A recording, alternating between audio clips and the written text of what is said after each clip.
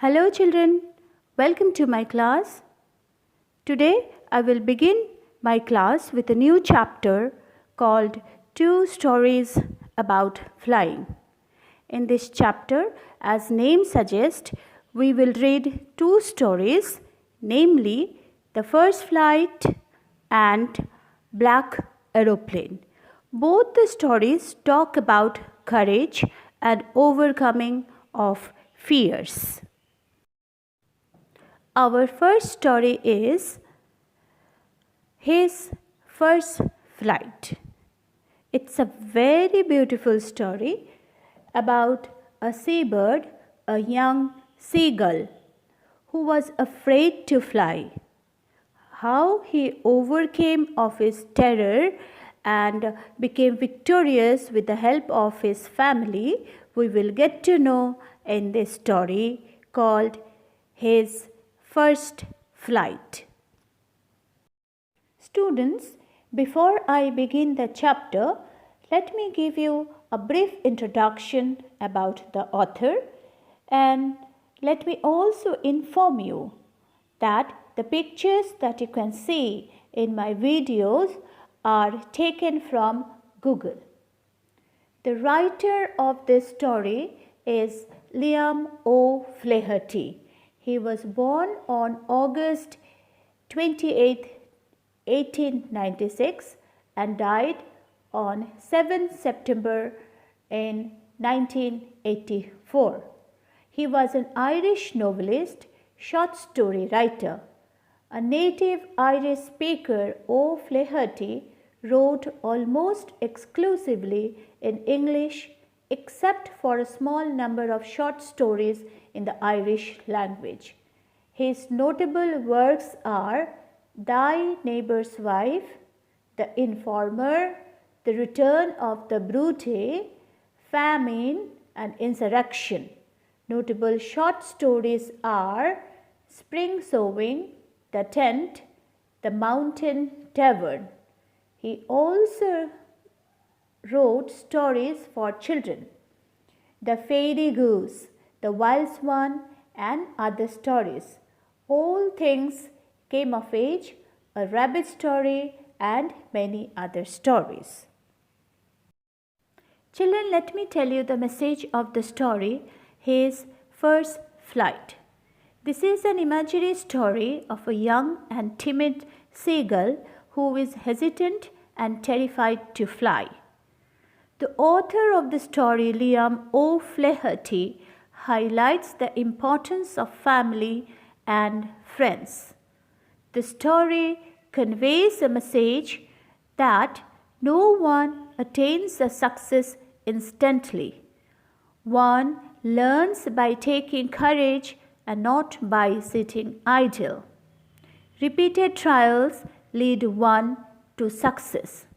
It also gives a message that one needs to believe in self to overcome all the hurdles of own life. Children, let me tell you the summary of the story. It is an interesting story of a young seagull who was afraid of flying. The young seagull stood alone on the ledge. He was hungry. His two brothers and sister had already learned to fly. Though their wings were shorter than his, they had run to the brink and then jumped, and they had already flown away. He wanted to fly, but he could not do so. He was afraid to fly. He had taken a little run forward and tried to flap his wings, but that was all he could do. He thought if he flew, his wings would not support him, and he would fall down in the sea below and drown. He could not gather courage to fly. His parents came and asked him to fly. They even rebuked and threatened him that if he did not fly, he would starve of hunger. But he couldn't move.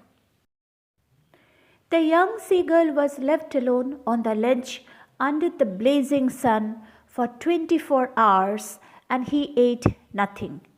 He had watched his parents perfecting his brothers and sisters how to dive for fish. He was extremely hungry. His mother was looking at him. He begged her for food. There wasn't even a single piece of food anywhere for him.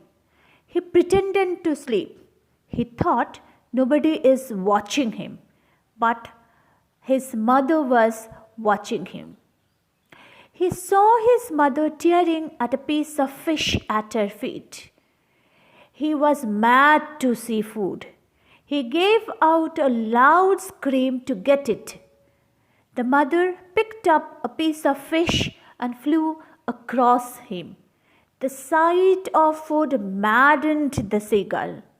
He dived for it and he fell outward with a scream and downwards into space. His mother had swooped upwards. He cried and screamed. Young seagull's heart stood still. He could hear nothing. Terror seized him. His heart stopped, but it lasted for a moment. His wings opened up automatically. He spread and flapped his wings. Then his wings spread. He felt their tips cutting the air. He wasn't falling, but soaring in the wind. He was no longer afraid. He gave a loud scream out of joy. He soared higher and higher. His family joined him, emitting loud screams. Forgetting that he had been afraid to fly, the young seagull now dove, curved, and soared in the air. He saw a vast green sea beneath him. He dropped his leg on the green sea, but legs sank into it. He was tired and weak out of hunger. Suddenly, he found his belly touched the green sea, but he sank no more. He was floating. Around him was his family, crying and praising him and offering him dogfish. The young seagull had made his first flight.